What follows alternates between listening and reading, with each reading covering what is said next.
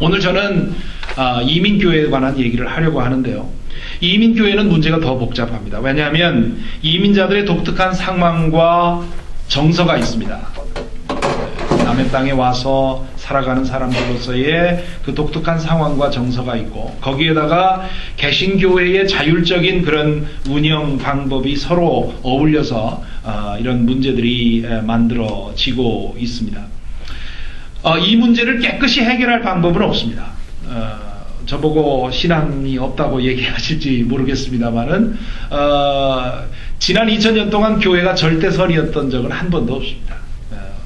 이 비율의 문제입니다. 거룩성이 득세하느냐, 타락성이 득세하느냐, 어느 것이 더 주류가 되느냐 하는 그런 문제일 뿐이었기 때문에 우리가 이 문제를 완전히 해결하는 방법을 찾는다면 아마 방법이 없을 거라고 생각을 하고요. 다만 이 문제를 개선하는 방법이 없겠는가, 그런 개선의 방법을 생각을 한다면 그런 상황을 개선시킬 방법, 교단 관계자는 교단 관계자대로 그런 방법을 생각을 해야 되겠고, 신학교를 운영하는 분들은 그런 분들대로 어떻게 신학교를 제대로 운영해서 이 문제를 개선할 것인가 하는 고민을 해야 되겠지. 오늘 저는 어떻게 한 목사로서 혹은 한 교인으로서, 교회 지도자로서 이 문제를 개선하기 위해서 힘쓸 것인가 하는 그런 얘기를 좀 하려고 합니다. 앞으로의 교회의 이 희망을 위해서 세 가지의 단초가 있다면, 첫째는 목회자가 건강해지는 것이죠. 말할 것도 없는 그런 얘기지요. 성공하는 목회자가 아니라 바르게 살고 바르게 목회하는 목회자가 많아지는 것, 이것이 상황을 개선하는 가장 중요한 방법 중에 하나입니다. 제가 평가할 때는 교회 문제의 80%, 70% 내지 80%는 목사의 문제입니다. 여기 목회자들, 함께 계신 목회자들 다른 평가를 하실지 모르겠습니다만은 저의 평가는 그렇습니다. 그렇기 때문에 목회자들이 바로 설 때 교회가 바로 된다 하는 그런 생각을 하고 있습니다. 그런데 그걸 다 목회자들에게만 맡길 것이 아니고 평신도들도 역시 마찬가지인데, 건강한 평신도를 세우는 노력 앞으로 지속해 가야 되지 않겠는가. 그래서 지금 현재 미국 이민교회의 평신도들을 제가 크게 셋으로 나누면 over Christians, under Christians, just Christians, 이렇게 셋으로 나눠서 말씀을 좀 드리려고 하는데 좀 이따가 그 얘기를 드리겠습니다. 그리고 건강한 교회, 성장하는 교회가 아니라 바르게 목회하는 그런 교회가 많아지는 것, 여기에 희망을 걸어야 하겠다 하는 얘기입니다. 첫째, 건강한 목회자에 관한 얘기를 좀 하려고 합니다. 이건 제가 건강해서 건강하니까, 난 건강하니까 나처럼 되라 그런 뜻으로 드리는 말씀은 아니고요. 한 사람의 목회자로서 건강한 목회자가 되기 위해서 힘쓰는 사람 중에 하나로서 드리는 말씀으로 받아주시기를 바랍니다. 절대 누구를 비판하려는 거 아니고요. 이렇게 신학교에서 고민했고 또 목회자 한 사람으로서 고민하고 있습니다만은, 목회자가 이런 방식으로 건강을 위해서 힘써야 되지 않겠는가 하는 그런 생각을 하는 것입니다. 우선 목사의 자기 이해, self identity라고 그러죠. 목사가 자기 자신을 생각하는 그런 자아관이 자기 자신을 목회자로, 교회와 관계에서 자기 자신의 아이덴티티를 설정하기 전에 먼저 하나님 앞에서의 단독자로서 자기의 정체성을 생각하고 거기에 성실해야 한다는 얘기입니다. 성공하는 목회자, 능력 있는 설교자, 교회의 CEO, 양떼의 목자 등등, 우리 목회자들이 자기 자신을 아이덴티파이 할 수 있는 여러 가지 타이틀이 있는데, 그거 이전에, 그 모든 것 이전에 Who am I? 나는 누군가? 하는 그런 질문이지요. 목사는 하나님 앞에 선 한 사람의 죄인이고 예수 그리스도를 통해 구속받은 의인입니다. 목사는 용서받은 죄인으로서 거룩함에 이르기 위해 힘쓰는 한 사람의 그리스도인입니다. 그 용서받은 그리스도인으로서 성령의 은혜 가운데 거룩함에 이르기 위해 힘쓰는 과정에 있는 한 사람의 그리스도인으로서의 자신의 정체에 충실해야 하고, 거기에 먼저 성실해야 한다는 것이 해야만 우리가 건강해지지 않겠는가.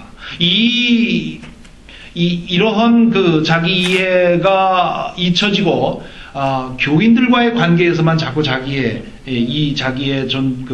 정체를 생각하고 자신의 그 사명을 생각한다면 결국 그 문제가 생기지 않겠는가 말이죠. 그래서 이재철 목사님 여러분 잘 아시겠습니다만 이재철 목사님이 회복의 목회라는 책에서 그 목사는 가장 먼저 구도자여야 한다 그런 얘기를 합니다.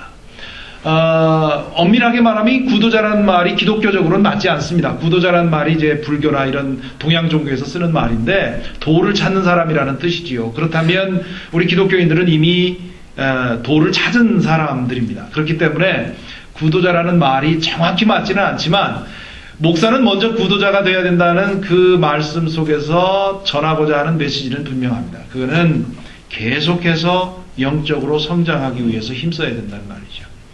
그래서 이 구도자라는 그런 표현에서 주는 의미는 우리가 동의할 수 있지만 우리 성경에서 사용하는 말, 이미지를 사용한다면 순례자, 필그림.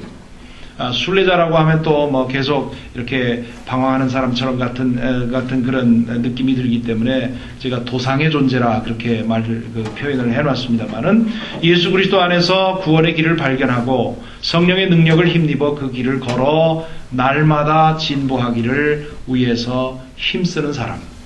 이게 목회자가 스스로 가져야 할 가장 중요한 자기 이해라는 거죠. 그래서 나는 길 위에 있고 나는 지금 그 완제품으로서 목회하는 게 아니다.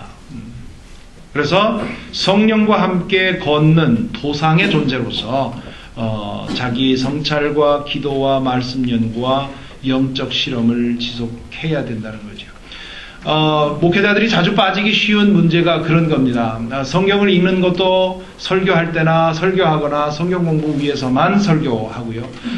그 성경 공부하고요. 또 기도하는 것도 새벽 기도 인도하고 뭐 하면서 목사로서 주어진 일로만 영적 생활을 하게 되는 경우가 굉장히 많습니다. 그것이 바로 목회자가 빠지기 쉬운 가장 큰 문제입니다. 그렇게 되면 목사는 결국 기능인이 되어버립니다. 자기의 목사로서의 기능에만 충실해지지 목사로서의 자기 자신의 존재의 근본적인 정체성에는 성실해지지 못하는 것이죠. 그러니까 어떤 그 기능적인 그런 일만 하게 되는 거죠. 제가 그 10년 동안 신학교에서 가르치면서 저의 전공이 신약 성서학입니다. 신약 성서학을 전공을 했기 때문에 매일 붙들고 씨름하는 게 성경인데요. 제가 가르치기 위해서 성경을 연구하는 것과 저 스스로 저의 영적인 그런 성장을 위해서 하나님 앞에서 말씀을 듣고 읽는 것과는 전혀 다른 것입니다. 그렇기 때문에 목회자가 만일 목회자로서의 기능을 위해서만 성경을 읽고 그것을 위해서만 기도하고 새벽 기도 인도하고 그저 5분 10분 있다가 일어나고는 나 오늘 그 새벽 기도 오늘만큼의 이 기도 다 했다고 생각하는 이런 허울에 빠져버리면 결국 형식만 덕지덕지 붙어 있고 내면의 영성은 죽어버리는 그런 상황이 생긴다는 겁니다. 그러므로 기능에 앞서서 내가 목회자로서의 기능에 앞서서 하나님 앞에서 한 죄인으로서 용서받은 죄인으로서 이 거룩한 길을 걸어가는 사람으로서 계속해서 자기의 영적 성장을 위해서 힘쓰는 것이 우리가 바른 목회자가 되는 그런 길이라고 생각을 합니다. 그래서 그런 맥락에서 보면 목회란 뭐냐? 목회란 설교라고 하는 것은 동행들, 같이 길을 걷는 사람들. 우리 교인들은 같이 길을 걷는 사람들이죠. 믿는 사람들은 같이 길을 걸어가는 사람들인데 그들과 함께 구원의 길을 걸으며 경험한 것들을 말씀에 비추어 나누는 일이라는 거죠. 그래서 그 설교 속에는 설교자의 실패도 들어있어야 하고 눈물도 들어있어야 하고 성공도 있어야 하고 기쁨, 환희, 고백, 의문 이런 모든 그 길을 걸어가면서 겪고 있는 것들이 함께 포함이 돼야 된다는 거죠. 그렇게 해서 같이 걷는 사람들이 그 길을 걸어가면서 거기에서 도움을 얻을 수 있도록 그런 것이 돼야지 완제품으로서 언제나 정답만 제공하는 그런